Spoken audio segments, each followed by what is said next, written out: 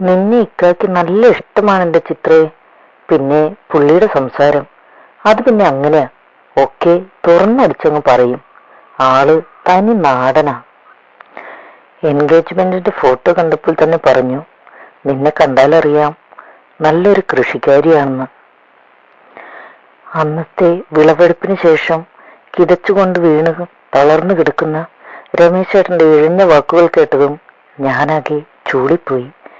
ഛീ, അയാൾക്ക് നാണമില്ലേ സ്വന്തം കൂട്ടുകാരന്റെ ഭാര്യയെ പറ്റി ഇങ്ങനെയൊക്കെ പറയാൻ? എന്നിട്ട് രമേശേട്ടൻ ദേഷ്യപ്പെട്ടില്ലേ അയാളോട്?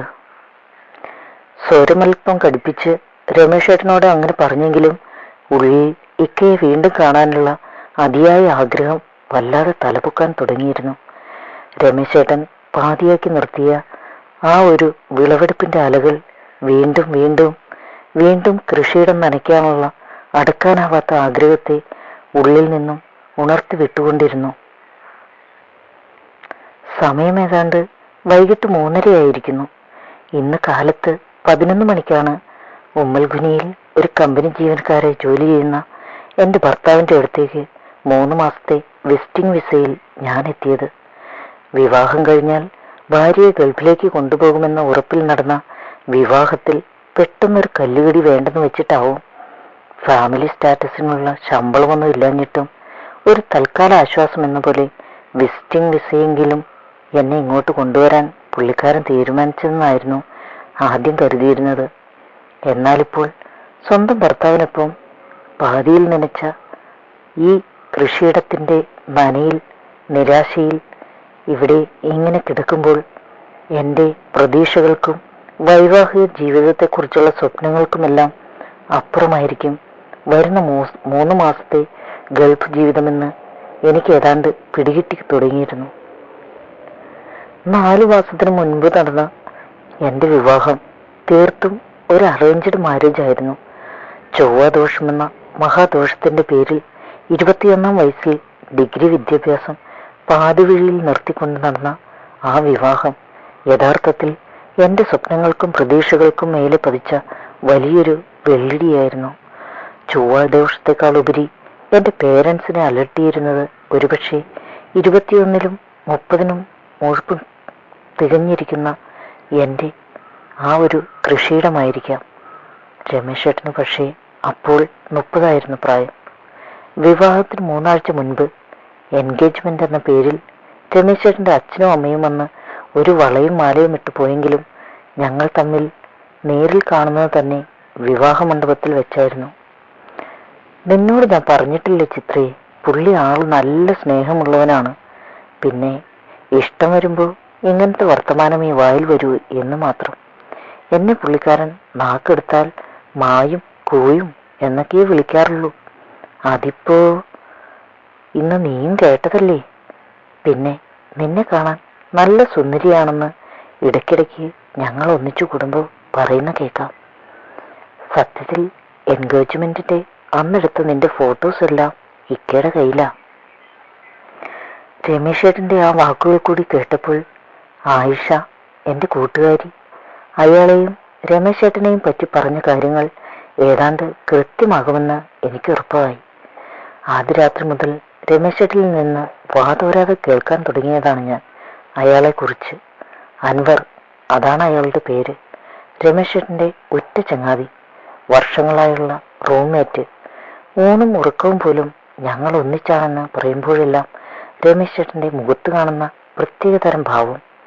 പലപ്പോഴും ആ ഭാവം എന്നിൽ ഉണർത്തിയിരുന്നത് അസൂയയാണോ വെറുപ്പാണോ എനിക്ക് തന്നെ നിശ്ചയമില്ലായിരുന്നു.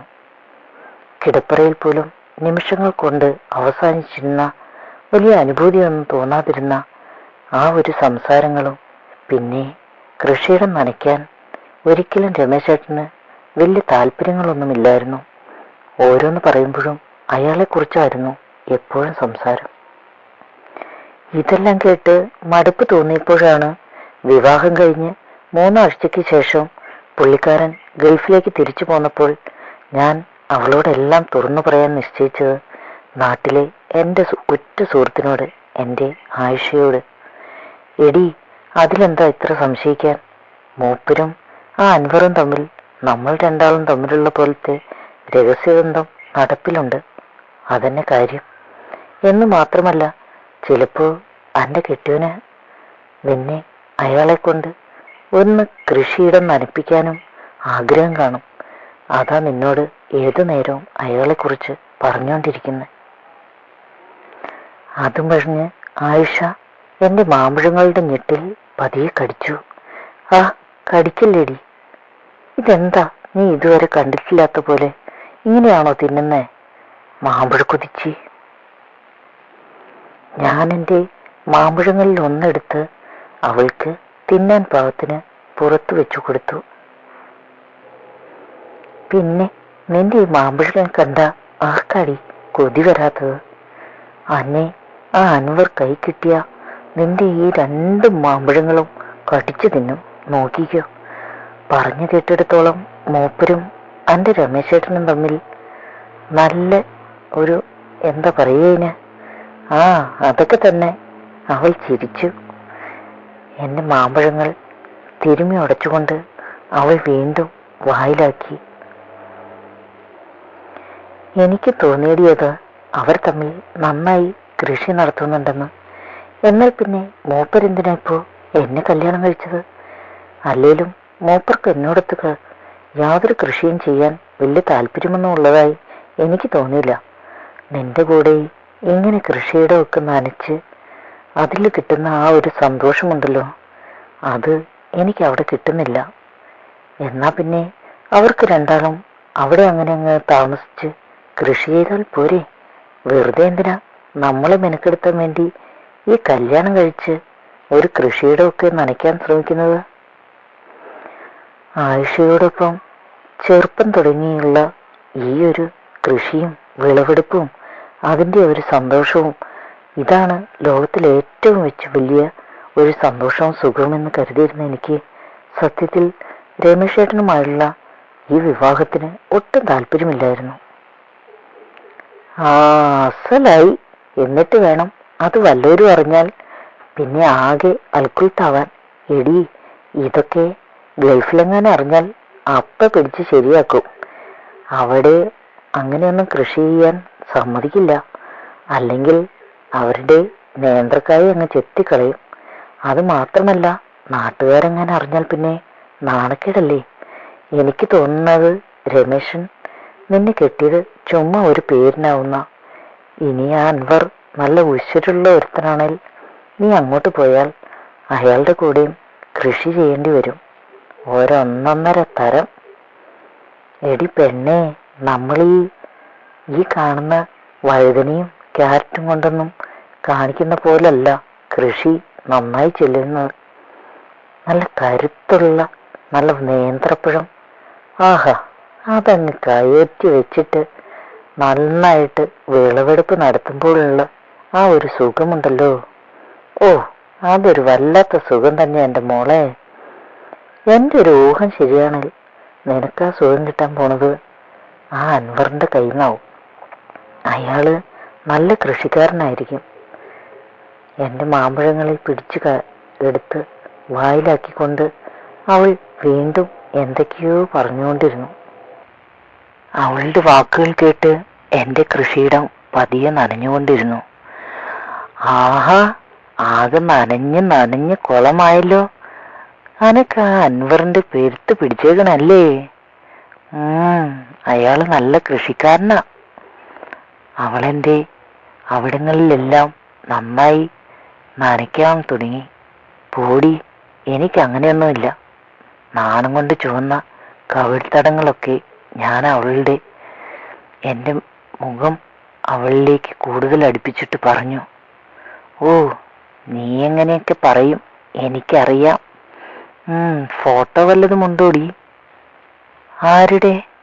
ആ അൻവറിന്റെ. മൂപ്പരുടെ അവിടുത്തെ നമ്പർ ഫോണിലുണ്ട്. വാട്സപ്പിൽ ഫോട്ടോ കാണാം.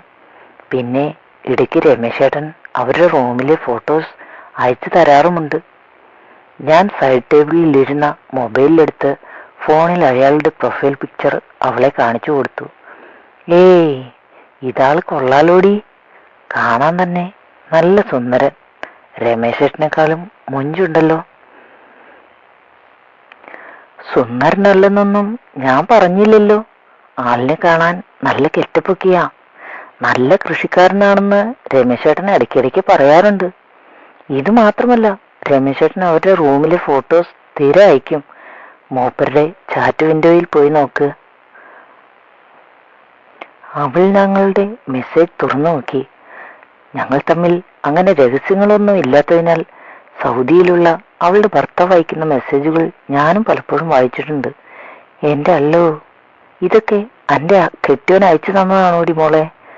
തലേദിവസം രാത്രി റൂമിൽ എക്സർസൈസ് ചെയ്യുന്ന അൻവറിന്റെ ആ ഒരു ഫോട്ടോ രമേശേട്ടൻ അയച്ചു തന്നത് കണ്ട് ആയിഷ വാ പൊളിച്ചു. ഉറപ്പുള്ള ശരീരം മുഴുവൻ രോമാവൃതമായിരുന്നു. പിന്നല്ലാതെ ഇനിയുണ്ട്, നീ ഇത്തിരി കൂടി മേലോട്ട് പോയി നോക്ക്. ആയിഷയുടെ വിരൽ അതിവേഗം ചാറ്റ് വിൻഡോയെ താഴോട്ട് വലിച്ചു. 4-5 ദിവസം മുൻപ് പുള്ളിക്കാരൻ അയച്ച സെൽഫിയുടെ പുറകിൽ ഉറങ്ങിക്കിടക്കുന്ന അയാളുടെ ചിത്രം കണ്ട് അവളുടെ കണ്ണ് തള്ളിപ്പോയി. ഒരു ഒറ്റമുണ്ടിനടിയിൽ അങ്ങനെ തടിച്ചുരുണ്ട നേന്ത്രക്കായ അതിന്റെ വലിപ്പവും ആകൃതിയും നന്നായി വെളിവാകുമായിരുന്നു. എടി പെണ്ണെ, ഒരു കാര്യം ഷുവർ, ഇത് രമേശ് മനഃപൂർവ്വം നിനക്കയച്ചതാ. ഈ അൻവർ ഉറങ്ങൊന്നുമല്ല, നിന്നെ അയാളുടെ നേന്ത്രക്കായ കാണിക്കാൻ മനഃപൂർവ്വം ഫോട്ടോ അയച്ചതാ. അയാൾ നല്ല കൃഷിക്കാരനാണെന്ന് നിന്നെ അറിയിക്കാൻ. എടി മോളെ, നീ രക്ഷപ്പെട്ടു.